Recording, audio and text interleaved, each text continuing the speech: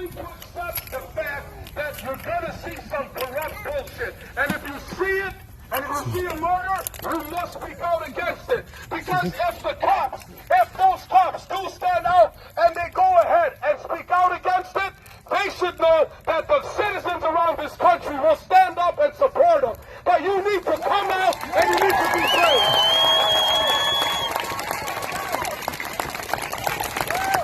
One of my daughters, for the last few years, has been telling me, because I've been bringing my kids to the protest, for 20 years I've been coming here, okay, staying in the streets. And one of my daughters said, Baba, I want to be a police officer because I want to make a change and I want to report the bad cops and I want to be able to go to the community in Minneapolis and they could just even one depend on knowing that I'm not going to commit injustice to them. Because at least I want to speak. I'm like, if you even think about it, do you think that they're going to just support, pat you on the back? First of all, you're a Muslim. They're going to speak against you, Muslim. Then you're a female. They're going to shun you because you're female. Then you're going to have death threats. And I'm your father. If anyone puts a finger on my daughter, you damn well believe what I'm going to do. So I love why she wanted to do it. Because she got sick and tired of seeing people of color being abused by the police. And then finally, this last 10 days, she's like, I understand now what you're trying to say, Baba. There's just no way one person can make a difference. And that's what I was trying to tell her. And that's why I wish the police would hear this. For those of you who did not commit murder, for those police officers who listen to this, you must speak out against the murders done by your other police officers. You must condemn any murder done by any other police officer. There is no blue code. There should be a humanity code before a blue code.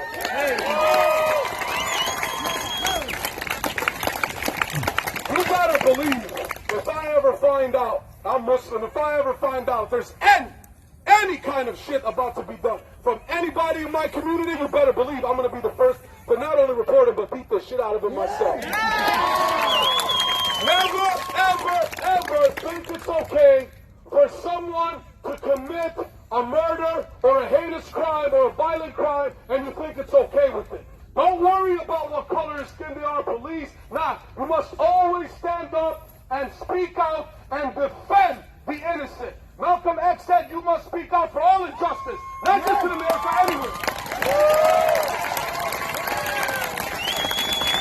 You guys are sick and tired of letting the police with their tactics, with these tactics they have. I'm Palestinian. Do you know where they learned these tactics from? This isn't a conspiracy theory. This is public information.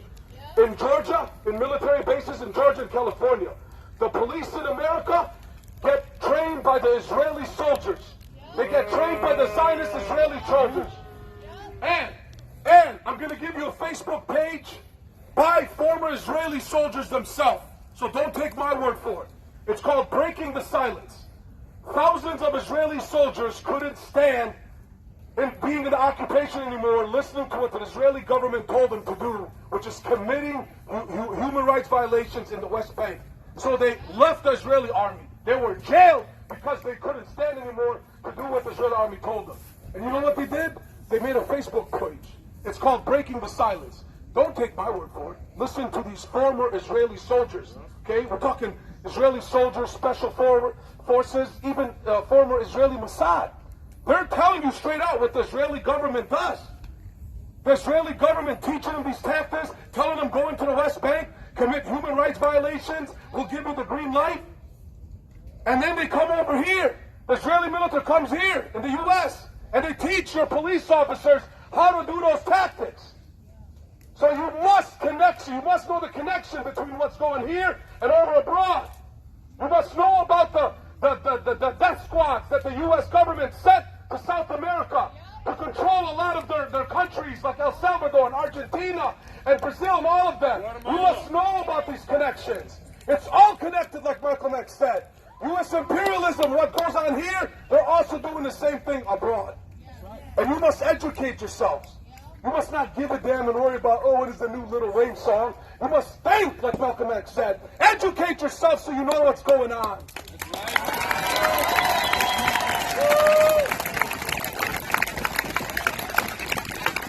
Y'all can see me right here, right? I'm not the type to stand on tables. I don't like tables. I don't like standing on tables. I don't want to fall. I'm a big guy. I'm not too stable either because I'm tired. I'm tired. I just walk around the lake pretty fast. Thanks everybody for coming here today. First and foremost, I want to say that I got a story about this brother right here. It's so crazy. So when the guy did the little semi-truck thing and tried to kill everybody, I was on the bridge. I'm trying to take a selfie. And he's like, hey, you want to take a picture of that man right there? Never met him before in my life. Here he is today. That's what this does. It brings us together. You know me. I see you. I see you. You recognize me.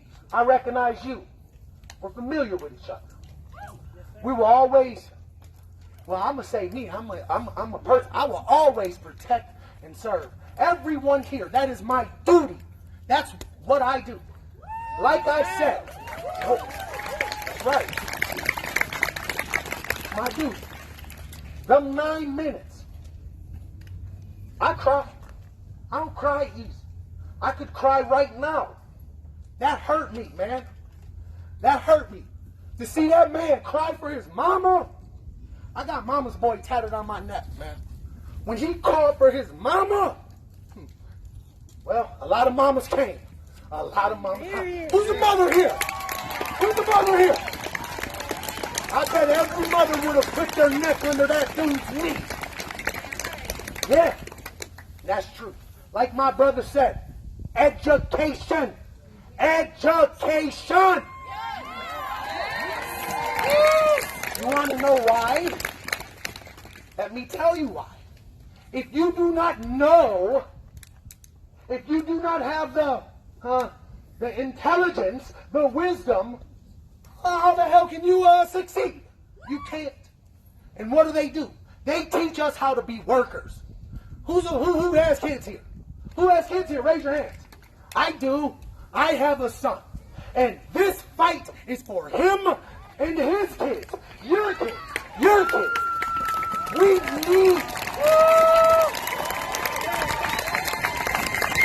We need to ensure, make sure, demand that these children of today grow up in an equal, fair society.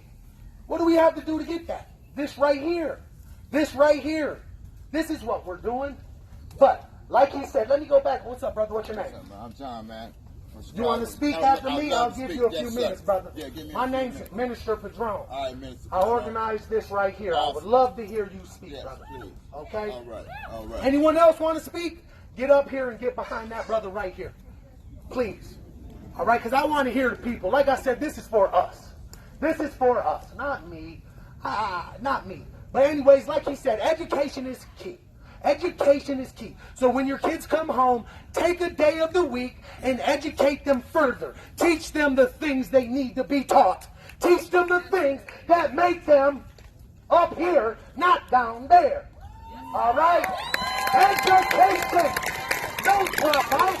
Stay in school. Yeah. I'm going to pass the mic. Does anyone else want to speak? Because after this brother right here, we're going to close up. You do get behind him. Get up here. Because I need to get the speakers in order. Because I need to close out. I need to close out respectfully and clean. All right? So we're going to be organized. All right, brother. Here's the mic. All right. Hey, everybody doing out here? Look at this guy right here. Say his name. Say his name. Say his name. Right, I'm John. I'm coming all the way from Chicago in solidarity with everybody in Minnesota and around the world. All right? Here we go. You know, I come up here, everything everybody's saying is true about the system. The system is hurting us all in different ways. You understand? And sometimes the way it hurts you don't hurt me, so I might not care. But we got to start caring for each other. All right? Okay? That's how it's dividing us right now. Okay? And not only that, you know, we're talking about revolution right now. Yeah. All right? We're talking about a better world right now. That's right. Can't wait no longer. No, we won't. This system cannot be reformed. No. This system has to be overthrown. Yeah. This system has to be overthrown. Yeah. That's what I'm saying. Let's check this out. I'm going to make it real quick. I'm with Barbara Bacon. Like I said, you can check us out on RevCon, Instagram, RevCon Twitter, RevCon Facebook. We do RevCons on YouTube. We have our shows every week. Now, since everything's getting rushed up, it's getting pretty fast. It's every day. Get in tune. If you see somebody with a shirt like this, please grab a piece of paper, something like that. Go to our website. We're trying to organize people for an actual revolution. I'm talking about tens and thousands of leaders leading millions of people around this world. We need tens and thousands of leaders She to asked to lead close a millions peaceful around this world for statement. humanity. Yeah. You understand that? This is for humanity. This ain't no game. It don't matter what race you in or what organization or religion you in. None of that matters right now. But it's one thing that's very important. Very important. You just can't think about and talk about revolution. You got to participate in this revolution right here. You got to participate in this revolution. There ain't no more sidelining. If you're on the sidelines, you might have a solution, but it's going to take you a while to get to the table when it comes after this revolution. So if you want your voices to be heard, and you say, yes, I know a way that I can help humanity, then you got to step up and participate in this revolution. We got to get organized for an actual revolution. You know, I'm going to keep it real. I'm a victim of police brutality. They left me for dead. They came back, scooped me up, and threw me in a car. I'm listening to them unconsciously, like, what are we going to do with them? They turn, you know what I'm saying, start yelling in the back of the seat, shit, and say, you better move and say something, motherfucker, or I'm going to do this shit again. And that was just for trespassing. See my shorties that lived in the projects, and they see me walk out the door. I laid down and everything. I ran, but I got tired and I laid down. 8 seconds later, got 8 cops on me. You know what I'm saying? I got hit about 36 times after, I don't know how many times before I counted. You don't see nothing. Stars and lights and shit like that, and colors. And somebody out here, I'm quite sure a lot of people out here been touched by these bogus ass pigs and these cops in one way or form or another on some petty ass shit. That could go a whole different way. And we've seen that over and over. The system don't protect us, they protect themselves. You know what I'm saying? You know, and right now, keeping it real, from Standing Rock, I said this before, I was out here in Standing Rock during the time to the blizzard, and all the way to Richmond, Virginia, when they had that gun rally, which really it was a Klan rally. Damn right it was. A motherfucking Klan rally. When I got off the ramp, I'm gonna tell y'all what I seen. I thought it was some National Guards like right up in here. Like I see National Guards here. No, these are white supremacist militia I seen when I came off the ramp. They was down there directing traffic through the town. You seen so many flags of Aryan nations and clans and shit that you thought you was looking at a United Nations thing going on and shit. Flags and shit. There's flags, all different type of white supremacist ass flags. That was a Klan rally. Damn right. That rally there, that's where they got in tune with each other. Just like we're getting in tune right now. That's right. Everybody fall over right here, right now. We got to get to know each other, get in tune, and get organized for this shit. That's what I'm doing. All of them had guns. All of them. I'm talking about guns so long you could use the clip for a crutch. Alright? I'm talking about, the shit was crazy. And the time that we went up in there, I didn't think I was coming back out. I really didn't. But like one of the leaders said, John, we're doing this for 6 billion people. We can't turn back now. We already here. 6 billion people. That's what we did.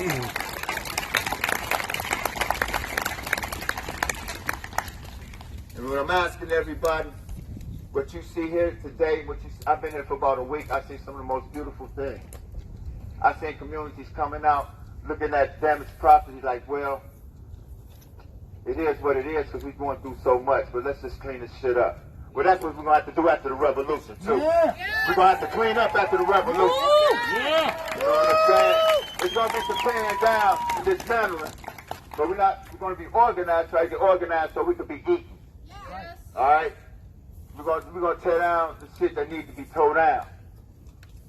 We're going to be organized. Everybody's going to play a part. Everybody ain't going to be on the front line fighting. Some people going to be housing people. That brother over here that got the church, he probably be feeding people. If you're an organization that works in the community to try to keep your block right, then you're going to be keeping blocks right. Everybody going to play a part up in this.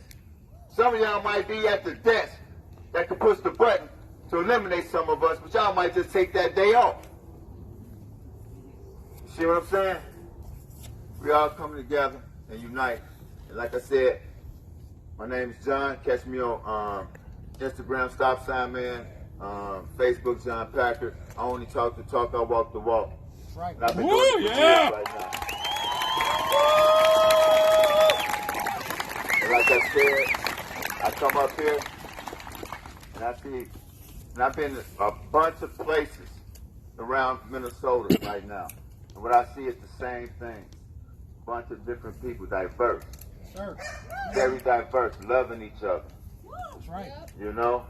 I mean, they talking about the protest was violent. How can you be violent on property? I mean, it ain't no bodies. I mean, you could be like, well, they damaged some shit. You know what I'm saying? But like I said, you gotta look at all the sides. You might did a little bit, but you got the white supremacists out here. You got the other people that don't like capitalism out here.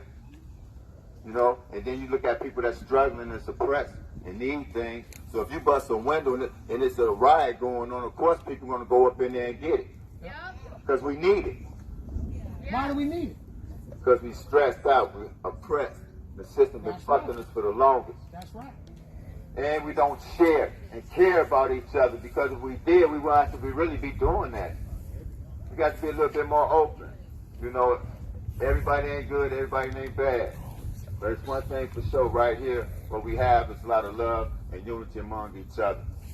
You know, I was police. Man, I'm saying quick, make it quick.